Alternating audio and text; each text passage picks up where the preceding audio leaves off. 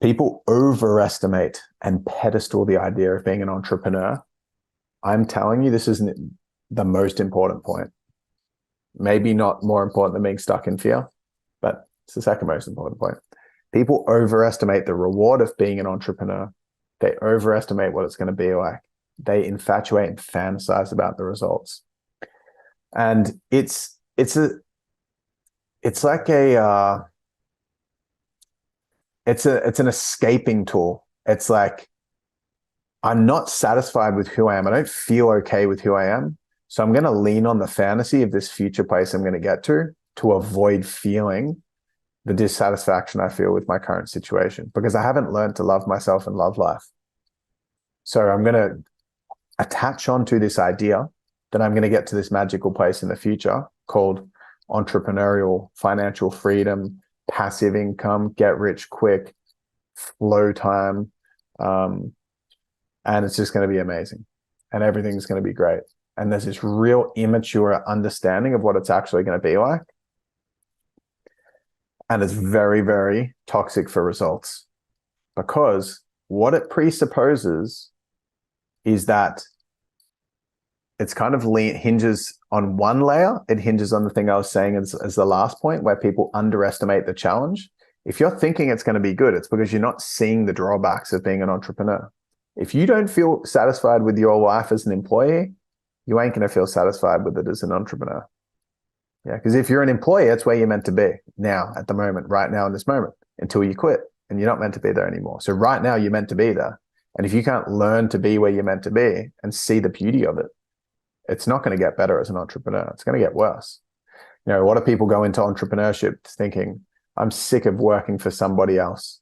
And there's this entitlement, there's this resentment towards their boss and the opportunity of being an employee.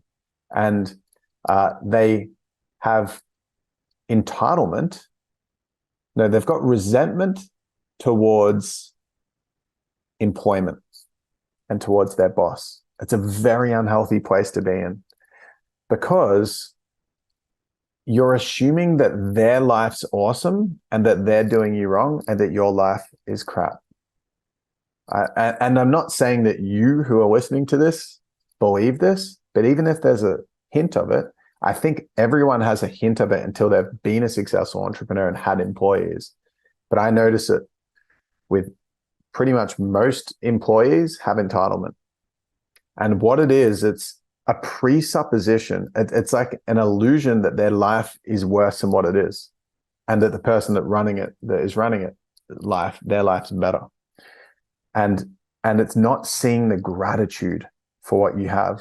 So if my job was to coach a new business owner, a new coach, or a new YouTuber, or any startup, and I had to get them the best results long term, I would want them to fall in love with their job before I started letting them do the business.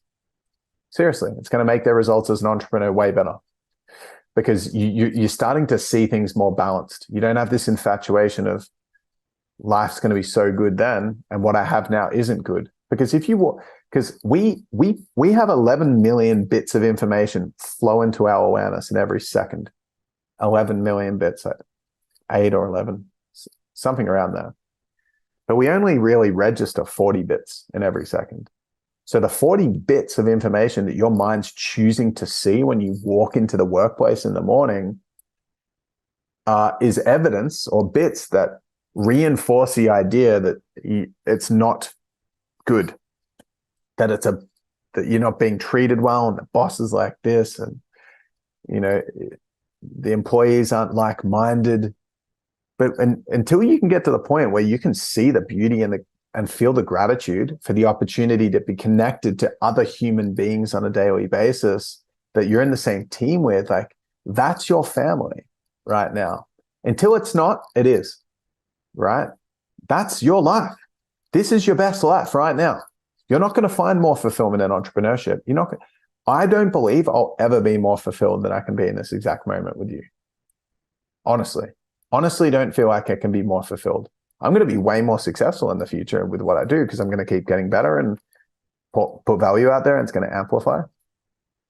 But life's never going to be more fulfilling than I have the capacity to access now in this moment.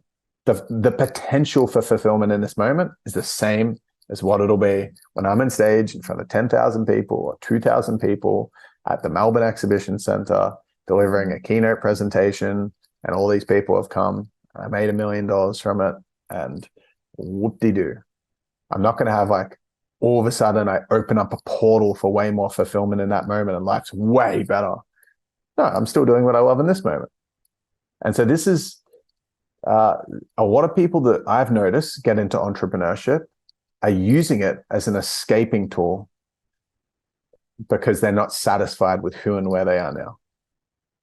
And until you can learn that, it ain't going to get easier in entrepreneurship. In fact, it's probably going to tip you over the edge and break you down when you realize that it's not what when you succeed in a big way. It's what happened to me.